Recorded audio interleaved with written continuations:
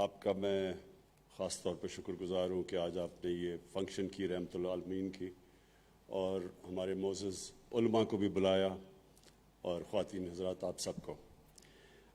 میرے لیے اس فنکشن کی بڑی اہمیت ہے اور میں یہ امید رکھتا ہوں کہ انشاءاللہ آنے والے دنوں میں سالوں میں یہ ایک بہت بڑی ایک انٹرنیشنل لیول کی یہ ہم ہر سال رحمت العالمین فنکشن کریں گے جس میں اس آئیڈیا کو ڈیولپ کریں گے, دنیا تک لے کے جائیں گے. کہ میں یہ سمجھتا ہوں کہ ہمارے اپنے ملک میں بھی لوگوں کو پوری طرح اور خاص طور پہ ہمارے نوجوانوں کو پوری طرح سمجھ نہیں ہے کہ ہمارے نبی صلی اللہ علیہ وآلہ وسلم کی کیا حیثیت تھی. لوگوں کو نہیں اس کی پوری طرح سمجھ, اور میں اس عمر میں بھی نئی نئی چیزیں ان کے متعلق سمجھتا ہوں جو مجھے پہلے نہیں سمجھ تھی. کیونکہ اللہ نے جب ہمیں حکم دیا قرآن میں کہ ان کی سنت پہ چلو, ان کی زندگی سے سیکھو, تو وہ اللہ ہمارے لیے کہہ رہا تھا.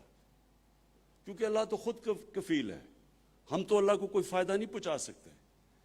سارا جو قرآن کے اندر اللہ کا پیغام ہے وہ انسانیت کی بہتری کے لیے, تو وہ ہماری بہتری کے لیے کہتے ہیں کہ ان کی زندگی سے سیکھو. کیونکہ ان کی طرح کا نہ کوئی عظیم انسان آیا ہے, یہ نہ آ سکتا ہے. کسی نے وہ اچیو نہیں کیا دنیا میں جو ایک انسان نے کیا. چاہے آپ مسلمان ہو, مسلمان یعنی اسلام کو مانے یا نہ مانے, جو اچیومنٹ ایک انسان ہمارے نبی صلی اللہ علیہ وسلم کی ہے وہ کوئی دنیا میں انسان نے نہیں کی اور نہ کر سکتا ہے. اس کے اوپر مغرب میں بڑی کتابیں لکھی ہوئی ہیں. ایک ہے مائیکل ہارٹ یا کہ 100 گریٹسٹ مین, اس میں نمبر 1 100 گریٹسٹ مین میں نمبر 1 وہ ان کو کیوں کہتے ہیں کہ وہ سب سے گریٹسٹ انسان تھے؟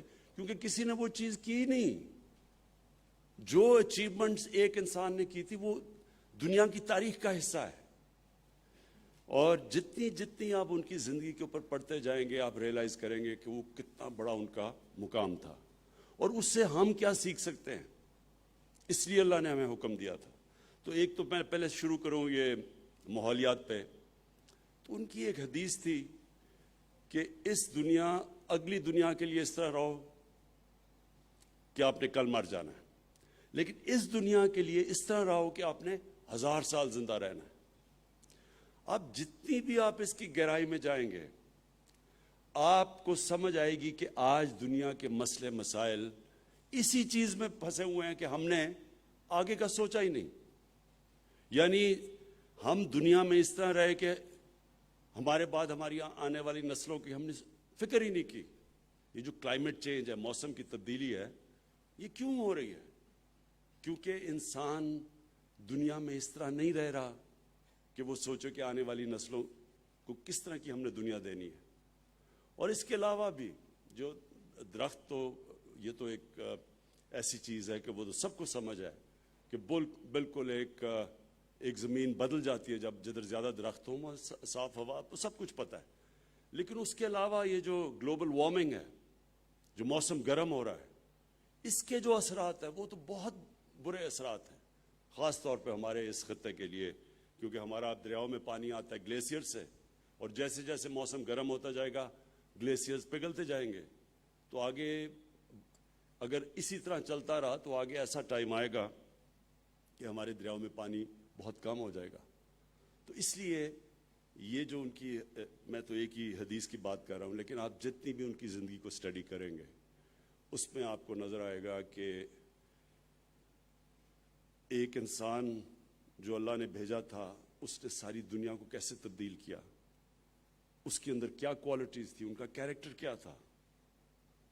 ان کو دیکھ دیکھ کے لوگ لیڈر بن گئے. ایک انگریزی کی کتاب ہے دی عرب کانکویسٹ, اس کے اندر وہ یہ بتاتے ہیں کہ جب وہ اس زمین سے پردہ کر گئے تو اس کبھی بھی اتنے تھوڑے وقت میں اتنے عظیم انسان دنیا میں نہیں آئے. جو اٹھتا تھا وہ ایک عظیم انسان بن جاتا تھا, کیونکہ وہ ان کو دیکھ کے لوگ لیڈر بن گئے. حضرت عمر نے جب فیصلہ کیا کہ خالد بن ولید کو سپہ سالار سے ہٹانے کا, آپ سوچیں خالد بن ولید جیسا کوئی دنیا میں سپہ سالار آیا ہی نہیں, وہ کوئی جنگ ہی نہیں ہارے, اور وہ جو جنگ جیتتے تھے, جو خاص طور پہ جو رومنز کے اگینسٹ وہ جیتے, جو بیزنٹائن ایمپائر تھا, وہ ایک دنیا کی کلاسک جنگ ہے کہ تھوڑے سے لوگ, ان کے ہتھیار بھی بہتر, لوگ بھی زیادہ, سپر پاور بھی, تو وہ ایک جینیس تھے, ملٹری جینیس تھے. اس کے باوجود حضرت عمر نے انہیں کہا, ان کو ہٹا دیا سپہ سالار ہونے سے. اور حضرت عمر نے یہ کہا کہ میں یہ دنیا کو بتانا چاہتا ہوں کہ اگر ہم سب سے بہترین بھی دنیا کا سپہ سالار ہٹا دیں, لیکن ایمان کی اتنی قوت ہے کہ جو بھی آئے گا وہ جیتے گا, اور جیتے لوگ, جو بھی آیا وہ ایک لیڈر بن گیا, اور وہ بڑے بڑے جنرلز بن گئے. تو ان کی زندگی سے سیکھنا, کیا ان کی صفتیں تھی, کس طرح انہوں نے مائنورٹیز, اقلیتوں سے کس طرح وہ ڈیل کیا, باقی مذہبوں سے وہ کیسے ڈیل کیا, غلاموں سے کیسے ڈیل کیا, اپنی خواتین سے کیسے ڈیل کیا, یہ ساری چیزیں, ہر چیز میں انقلاب تھا. اور ان کا جو آخری خطبہ تھا, آج آپ یونائٹڈ نیشنز کا چارٹر پڑھ لیں, اس سے ملتا ہے بالکل. یعنی وہ ہمیشہ کے لیے ان کی باتیں تھیں, اور وہ ہمیشہ کے لیے انسانیت کی بہتری کے لیے تھی. تو اس لیے ہم نے فیصلہ کیا ہے کہ 7, 8 اور 9 کلاسز میں, ہر سکول میں پاکستان میں ہم یہ قانون پاس کریں گے کہ 7, 8 اور 9 کلاس میں ان کی زندگی بچوں کو پڑھائی جائے.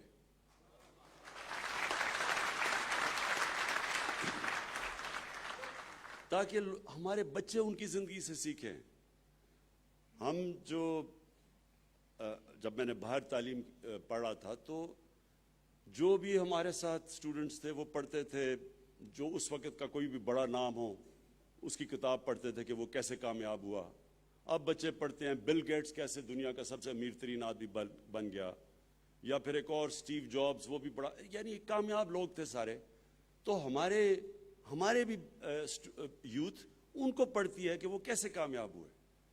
لیکن نبی صلی اللہ علیہ وسلم سے تو کوئی زیادہ کامیاب انسان ہوا ہی نہیں, نہ ہو سکتا ہے. تو اس کی زندگی سے جب تک ہمارے بچوں کو پتہ نہیں چلے گا, اور بچوں کو نہیں پتہ, آپ یقین کریں کہ میں حیران ہوتا ہوں کہ ہمارے اپنے پڑھے لکھے ہمارے اسٹوڈنٹس, گریجویٹس کو ان کی زندگی کی نہیں سمجھ. اور وہ جتنا وہ پڑھتے جائیں گے, ان کو سمجھتے جائیں گے, ان کے اندر سے چینج آئے گا. جو علامہ اقبال کا جو سارا شاہین کا کانسیپٹ ہے, مرد مومن کا, وہ کیا ہے کہ جیسے جیسے انسان ان کی سنت پہ چلتا ہے وہ آزاد ہوتا جاتا ہے, اس کی زنجیریں ٹوٹتی جاتی ہیں, اور وہ سب سے اوپر چلا جاتا ہے. یہ جو ان کی کوالٹیز تھیں, جو اللہ ہمیں کہتا ہے کہ ان سے سیکھو, یہ جب تک ہمارے بچوں کو پوری طرح سمجھ نہ ہو, ایک دفعہ ان کو سمجھ آ جائے. اور یہ علامہ اقبال بھی یہ کہتے ہیں کہ جب آپ ایک نوجوان کو پوری طرح سمجھا دیں اپنی اسلام کی تاریخ, اپنی نبی صلی اللہ علیہ وسلم کی زندگی, پھر وہ دنیا میں جدھر بھی چلا جائے ان کو فرق نہیں پڑے گا. لیکن اگر آپ ان کو صحیح طرح تعلیم نہیں دیں گے تو وہ جب باہر جائیں گے وہ متاثر ہو جائیں گے. وہ جب دیکھیں گے ٹیکنالوجیکل پروگریس مغرب کے اندر تو متاثر ہو جائیں گے. تو ایک تو ہم نے یہ فیصلہ کیا. دوسری بات قادری صاحب نے جو بھی کی, یہ جو فرانس میں یہ جو بھی ہو رہا ہے, دیکھیں میں جب بھی میں وزیر اعظم بنا تو میں نے OIC کی میٹنگ اٹینڈ کی. OIC کی میٹنگ میں بھی میں نے سب وہاں ہیڈز آف اسٹیٹ تھے, میں نے ان سب کو یہ بات کہی کہ یہ جو اسلاموفوبیا ہے, یہ اسلاموفوبیا جو مغرب میں بڑھ رہا ہے, یہ جب تک مسلمانوں کے ہیڈز آف اسٹیٹس مل کے اس کے اوپر پوزیشن نہیں لیں گے یہ بڑھتا جائے گا. اور اس کا سب سے بڑا نقصان جو ہمارے مسلمان رہ رہے ہیں مغرب میں یا ان ملکوں میں جدھر وہ اقلیتیں ہیں، مائنورٹیز ہیں، اگر ہم اس کو ایڈریس نہیں کریں گے اسلاموفوبیا کو تو یہ بیماری بڑھتی جائے گی. اور یہ جو فرانس میں ہو رہا ہے یہ بالکل وہی ہو رہا ہے جو کہ ہم سب کو نظر آ رہا تھا کہ یہ ہونا ہے. اور وہ یہ کیوں ہو رہا ہے؟ میں باقیوں سے زیادہ مغرب کو سمجھتا ہوں. کرکٹ کی وجہ سے میں نے بڑی زندگی باہر گزاری ہے. میں ان کی ذہنیت سمجھتا ہوں. دیکھیں مغرب کے لوگوں کو نہیں سمجھ جو ہمارا رشتہ ہے نبی صلی اللہ علیہ وسلم سے، ان کو سمجھ آ بھی نہیں سکتی. وہ اس لیے نہیں آ سکتی کہ ان کے جو مسیح برادری ہے، ان کے وہ جو حضرت عیسیٰ سے جو ان کا عقیدہ ہے اور پھر یہودیوں کا بھی، وہ ان کی وہاں میڈیا کے اوپر یا جس طرح ان کے اوپر وہ گفتگو کرتے ہیں وہ ادب نہیں ہے جو ہمارے میں ہے. ہم حضرت عیسیٰ، حضرت موسیٰ، ہم سارے اللہ کے پیغمبروں، ہم ان سے بڑی ادب سے ان کا نام لیتے ہیں. وہاں یہ نہیں ہے چیز. میں جب 18 سال کا گیا وہاں پہلی دفعہ تو مزاحیہ فلمیں بنی ہوئی تھی اللہ کے پیغمبروں کے اوپر، حضرت عیسیٰ کے اوپر، اور وہ اس کو برا نہیں سمجھتے تھے. تو میں حیران ہوتا تھا دیکھ کے. فلمیں انہوں نے بنائی ہوئی ہیں جو کہ بے حرمتی کرتی ہیں حضرت عیسیٰ کی، لیکن وہاں اس طرح ریاکشن نہیں آتا. تو میں نے تب ہی سمجھ لیا کہ ان کو اندازہ ہی نہیں ہے جس طرح ہم مسلمان رہتے ہیں اور جو ہمارے عقیدہ ہے. اس لیے ہوا کیا، پہلا ایک سلمان رشدی نے آج سے 30 سال پہلے کتاب لکھی، مسلمان دنیا میں بالکل ٹھیک جائز شور میں چاہ. سلمان رشدی کو پتا تھا کہ مسلمانوں کو تکلیف ہوگی کیونکہ وہ تو ہندوستان میں مسلمان گھر میں پیدا ہوا تھا، لیکن مغرب کو نہیں سمجھ آ رہی تھی کہ یہ کیا ہوا مسلمان دنیا میں. کیونکہ ان کا، پھر سے میں آپ کو بتاؤں، ان کا بالکل تاثر ہی اور ہے. دین کے اوپر وہ بالکل مختلف سوچتے ہیں. اور زیادہ تر تو وہ ایتھیسٹ بن چکے ہیں. زیادہ تر یورپ کے اندر دین تو بہت کم لوگ اب فالو کرتے ہیں. تو جب وہ وہاں سے شروع ہوا تو ادھر سے انہوں نے یہ شروع کر دیا کہ جو مسلمان ہیں یہ آزادی رائے کے خلاف ہیں، تنگ نظر ہیں. پوری کیمپین چل گئی. ان کو ہماری سمجھ نہیں ہے، یہ ہمارے ویلیوز کو نہیں سمجھتے، یہ ہماری ڈیموکریسی کو، آزادی کو نہیں سمجھتے. یہ پوری کیمپین چل گئی اور کیمپین چلائی گئی. وہ لوگ، ایک چھوٹا سا طبقہ وہاں ہے جو اسلام کے خلاف ہے، جو اسلام کو بری نظر میں دکھانا چاہتا ہے، جو پروپیگنڈا کرتا ہے اسلام کے خلاف. انہوں نے فائدہ اٹھایا اس سے. اور ہمارے مسلمان دنیا میں جو ہونا چاہیے تھا کہ ہمیں تب سارے لیڈرز کو جمع ہو کے یو این کے اندر اور یورپین یونین میں بتانا ان کو چاہیے تھا کہ یہ ہمیں آپ تکلیف دیتے ہیں جب آپ کوئی بھی ایسی چیز کریں جو ہمیں نقصان، جو بے حرمتی کرے ہمارے نبی صلی اللہ علیہ وسلم کی. ہمیں بتانا چاہیے تھا. یہی میں نے OIC میں کہا، یہی میں نے یونائٹڈ نیشنز میں کہا کہ جب تک ہم جو مسلمان لیڈرز ہیں ہم ان کو نہیں بتائیں گے، وہ جو چھوٹا سا طبقہ ہے وہ ہمیشہ استعمال کرے گا. یہ جو انہوں نے کارٹون، یہ جو چارلی ہیبڈو کے کارٹونز تھے، یہ اس کے پیچھے کوئی چھوٹا سا طبقہ، اس کو پتا تھا کہ مسلمانوں کا ریئیکشن آئے گا اور اس سے پھر مسلمانوں کے خلاف پوری کیمپین چلتی ہے. ہمیں پتا بھی ہے کہ کون سے یہ تھوڑے سے لوگ ہیں، یہ خطرناک لوگ ہیں جو مسلمانوں کو گندی ان کو برا دکھانا چاہتے ہیں. اب یہودی، تھوڑے سے یہودی ہیں دنیا میں، ان کو جو سیکنڈ ورلڈ وار میں جو ہولوکاسٹ ہوئی، ان کے جو جرمنز نے ان کی قتل عام کی. اب جو ہولوکاسٹ ہے وہ ظاہر ہے کہ یہودی ساری کمیونٹی کو بڑی تکلیف دیتی ہے، لیکن یہودی کمیونٹی ہیں تھوڑے سے، لیکن وہ اتنے منظم ہیں، میڈیا میں اتنے طاقتور ہیں کہ انہوں نے ایسا مغرب کے اندر انہوں نے ایسا کسی بھی میڈیا پولیٹیشین کسی کی جرت نہیں ہے کہ ہولوکاسٹ کے خلاف کسی قسم کی بات کر سکے، بلکہ 4 ایسے یورپین شہر ہیں وہاں وہ جیلوں میں ڈال دیتے ہیں کہ اگر آپ صرف یہی کہیں کہ اگر وہ کہتے ہیں 60 لاکھ مرے تھے ہولوکاسٹ میں، اگر آپ کہیں نہیں جی 60 لاکھ نہیں 20 لاکھ، جیل میں ڈال دیتے ہیں وہاں۔ آسٹریا 4 ملک ایسے۔ تو میں یہ سمجھتا ہوں کہ اگر کسی بھی ہیومن کمیونٹی کو تکلیف ہوتی ہے کسی چیز سے تو ہمیں وہ نہیں کرنا چاہیے۔ یہی تو رحمت العالمین کہتے تھے، یہ ہمارے نبی صلی اللہ علیہ وسلم، بلکہ قرآن کے اندر ہے کہ دوسروں کی عبادت گاہوں کی حفاظت کرو، اور جو ان کے لیے ایسی شخصیت جو ان کے لیے سیکرڈ ہیں ان کو کوئی خلاف ان کے بات نہ کرو۔ یہ تو ہمارے نبی صلی اللہ علیہ وسلم کہتے تھے۔ تو وہ ہمیں بھی یہ کرنا چاہیے کہ کوئی بھی کسی کمیونٹی کو چیز تکلیف دیتی ہے اس پہ بات نہیں کرنی چاہیے۔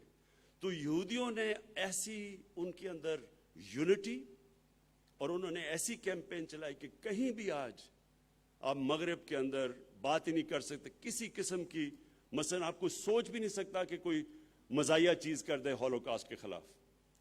تو ہم 1.25 ارب انسان ہیں دنیا میں، ہم یہ کیوں نہیں کر سکے؟ اور مجھے افسوس سے کہنا پڑتا ہے کہ اس کا ایک بہت بڑا فیلئر ہماری مسلمانوں کی لیڈرشپ پہ۔ انشاءاللہ ہم پوری کوشش کریں گے، میں اپنی پوری کیمپین کروں گا، میں باقی لیڈر سے رابطے کروں گا، اور میں آپ کو یقین دلاتا ہوں کہ اگر ہم سب مل کے ان کو یہ سمجھا دیں کہ ہمارے لیے ہمارے کتنے مسلمان پچھلے 30 سال میں شہید ہوئے ہیں، لاکھوں، بلکہ کتنے، افغانستان دیکھ لیں، سیریا دیکھ لیں، عراق دیکھ لیں، جتنا مسلمانوں کا خون ہوا ہے پچھلے 30 سالوں میں، اور اس کی ہمیں تکلیف ہے، لیکن کوئی تکلیف مقابلہ نہیں کر سکتی جب ہمارے نبی صلی اللہ علیہ وسلم کے خلاف کوئی بھی ان کی بے حرمتی کرتا ہے، کوئی اس کا مقابلہ نہیں کرتا۔ اور یہ ہمیں ان کو سمجھانا چاہیے، ان کو نہیں سمجھ ابھی تک۔ اور میں یہ سمجھتا ہوں کہ ہم انشاءاللہ پاکستان اس میں لیڈ لے گا۔